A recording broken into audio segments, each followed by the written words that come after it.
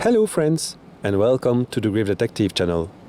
Today I'm standing at the military cemetery of Dompierre-Béquincourt, 10 kilometers west of Péronne, in the Somme, in the north of France.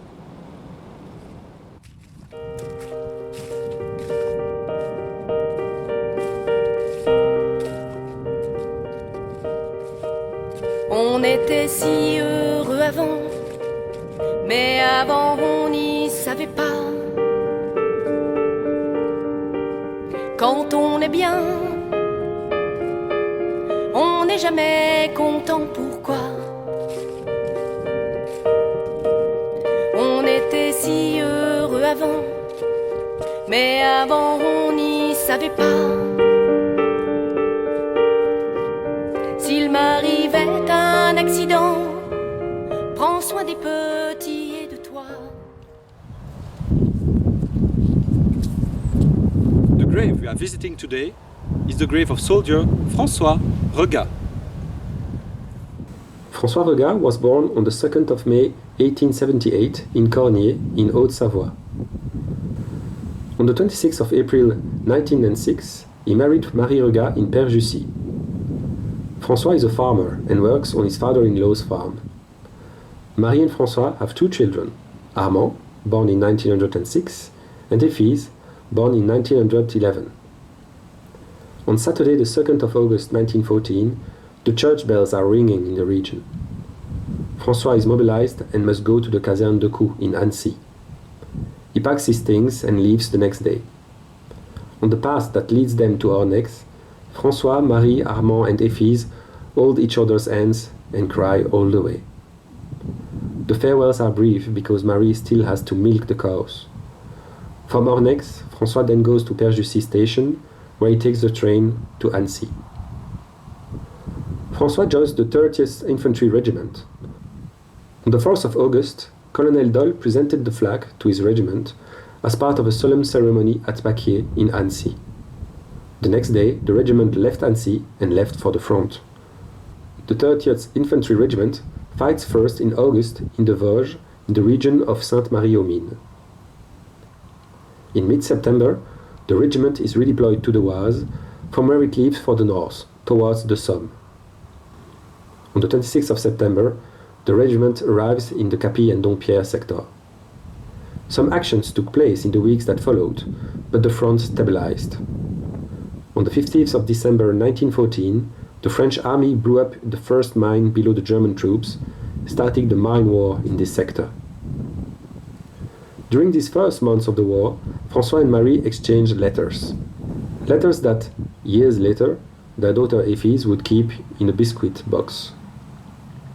In these letters, François shares his feelings and his emotions.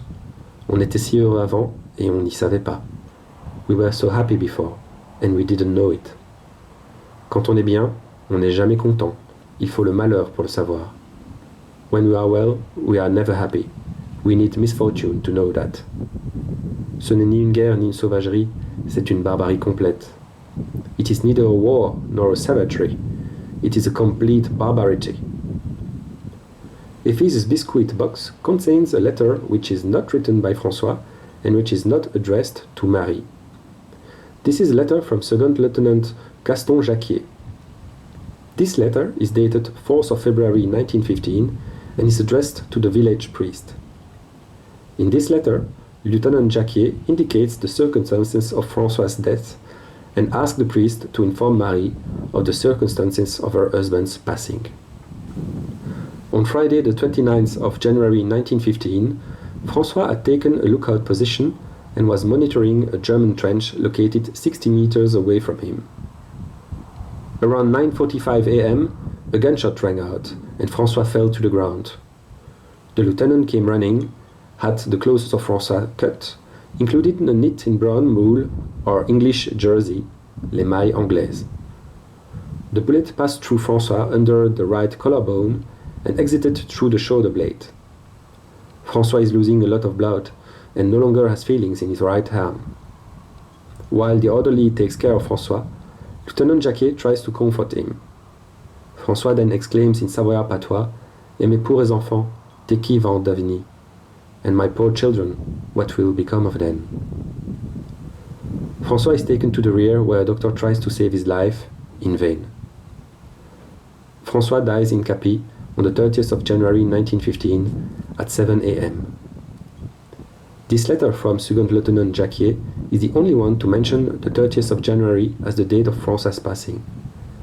Indeed, both his grave and Marie's diary mention the 29th of January as the date of death.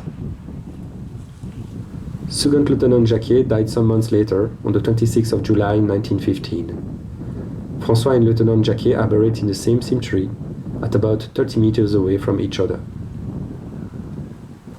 One more thing to know about the place of death of François, Capi, because this place is not insignificant in the history of the First World War. Indeed, a little more than 3 years after the passing of François, on the 21st of April 1918, it was from Capi that the Red Baron Manfred von Richthofen took off on his last mission.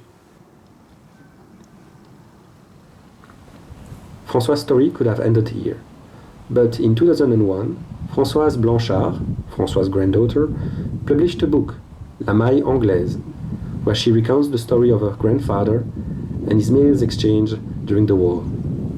This book then served as a source of inspiration for the Savoyard music group Chère Louise and its lyricist, Stéphane Ravel, for their song On était si heureux avant, We were so happy before, a song of which you could hear a piece at the start of this video. That song is one of the most moving songs I know about the First World War.